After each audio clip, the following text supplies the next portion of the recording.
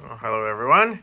Today we are back in the shop doing some wiring on the old GTV6 there. We can see what we have in front of you is a H4 headlight connector. They pretty much box standard sort of connector you'll see on basically every headlight in old school cars before they went to the 9003s or whatever the hell they are. Anyway, what brings me to be doing this, of course, is the fact that my car needs some headlight love. Canada is not nice to headlights. And additionally, the wiring that I did to these years ago to get these retrofitted. These are a retrofit headlight. The original headlights are those crap sealed beam things. Anyway, these are like a retrofit, European retrofit. But I did some pretty shoddy looking wiring, and things have started to melt. In addition to that, we have this absolute horrendous mess of crap in my in this area of the car that detracts from the rest of the equally as disgusting engine bay. But anyway, these are the relays to run those upgraded headlights, because you don't want the car to burn to the ground. With all that current from that H4 bulb running through that wheezy little switch over there, you don't want that to burn the car down. So you add these relays in order to, get current directly from the alternator or, the junction block directly to the headlights. But anyway, so we're going to get rid of all these old relay holders that are old and melted and have seen better days, and put them all in a nice modular holder. I've bought a relay holder with, the pins are all separate. So I'm going to put all the wiring together and then snap it all together so that it looks great, as well as rewire these headlight connectors in the front there using these. But of course, being as this is like an OEM style connector, poses a few issues for me, or it did anyway. One of the main being, of course, that these aren't your typical red, blue, yellow style, nylon insulated junk connectors that you get everywhere else.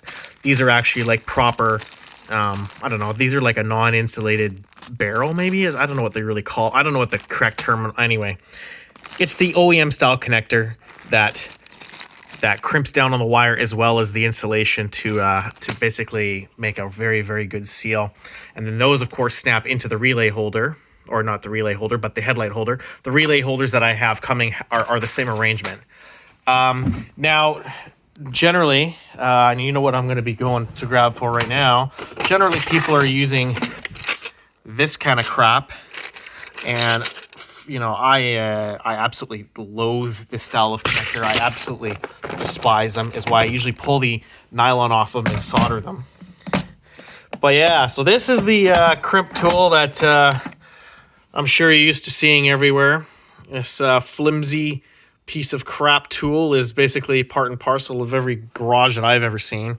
It's got the crimper for the nylon insulated terminals. It's got some different size holes for bending wire and dicking with screws or whatever.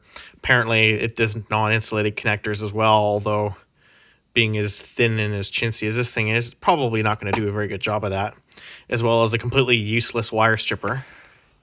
But I mean, having said that, this tool does have a place. All tools have a place. Unfortunately for this tool, it's over there. So anyway, to solve the problem of having junk tools, I finally decided to grow up in life and get a proper crimping tool, so I will never have to use crap like that ever again. And it will also allow me to do these properly. I went down to the old Amazon and bought this guy. Definitely not the cheapest one on there. If anything, it's probably one of the more expensive ones on there. Because, you learn a lesson. You buy the cheap ones and you buy the more expensive one after the cheap one fails. So bought the more expensive one right at the beginning, and a lifetime warranty. We'll see about that, as well as a little bit of a surprise at the fact that it's made in Taiwan. Actually might make this not too bad of a tool. Comes with all your typical dies. That's your standard die that's going to crimp your junk insulated nylon insulated things. It's got the flag terminals. Those are handy sometimes. Heat shrink terminals, which are kind of fantastic actually, as well as open barrel. That's what you want. You want that B shape as it grips around the wire on those basically German. I don't know if they're called Deutsch connectors or open barrels, but anyway, the correct term. Who gives a crap? It also does the ferrule ends as well as barrel. They're just like a barrel type connector anyway. Nevertheless, cool little tool. Definitely not cheap, of course. Open it up. I've actually used it a couple times. You can see I've already got my non-insulated bear or whatever the hell, I've got that crimping die already in there. It's probably going to get tons and tons of use. It does a fantastic job.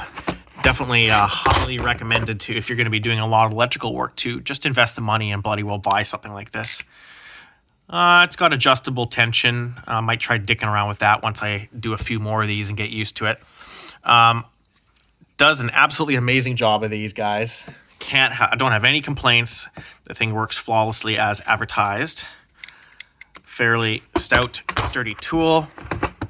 The kit comes with a bunch of stuff that, I probably will never use. I'll never use these probably because I have a nice pair of Klein ones. But you know what? In a pinch, it seems like a perfectly good tool anyways. Some storage for junk because everybody needs more junk storage. And you can see a few of those terminals that I've had laying around that I found. So yeah, very happy about this. And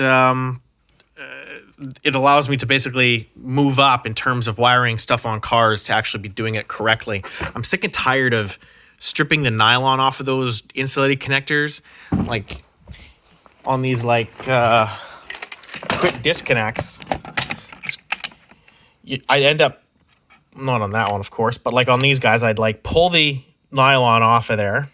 I'd crimp it without the nylon, and then I usually end up soldering them because these are just, when you use that piece of crap tool that's now in file 13, when you use that tool on these things, they just don't work with the shit. So I actually tested that tool out using the proper die, and it actually does a fantastic job. You can't pull that wire out.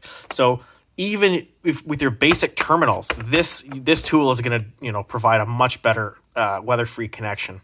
In addition, of course, using this die, you're going to be able to do weather pack and stuff like that too. And that's something I want to get into. I want to start using weather pack connectors on and stuff like that on engine harnesses where needed. So yeah, definitely a worthwhile tool to have. Comes in a nice case, so you don't lose the bits or whatever. But yeah, definitely highly recommended. It comes with these dies to do all those. But actually, if you look around, you can find even more dies. You can get dies that allow you to do spark plug wires. You can get ones to do, just about anything. You can get dies to do these larger guys, because I'm going to do a whole bunch of high current power wiring on the GDV6, because I never did a proper alternator wiring. I upgraded the alternator, but never really properly upgraded the rest of the wiring. So when you're using these big ass ones, you can get a die to crimp these ones properly too, which is kind of nice. So yeah, so I've got actually some really nice copper ones as well. So yeah, we're going to get started to work, and we're going to start doing things more properly. Nobody likes a burning car.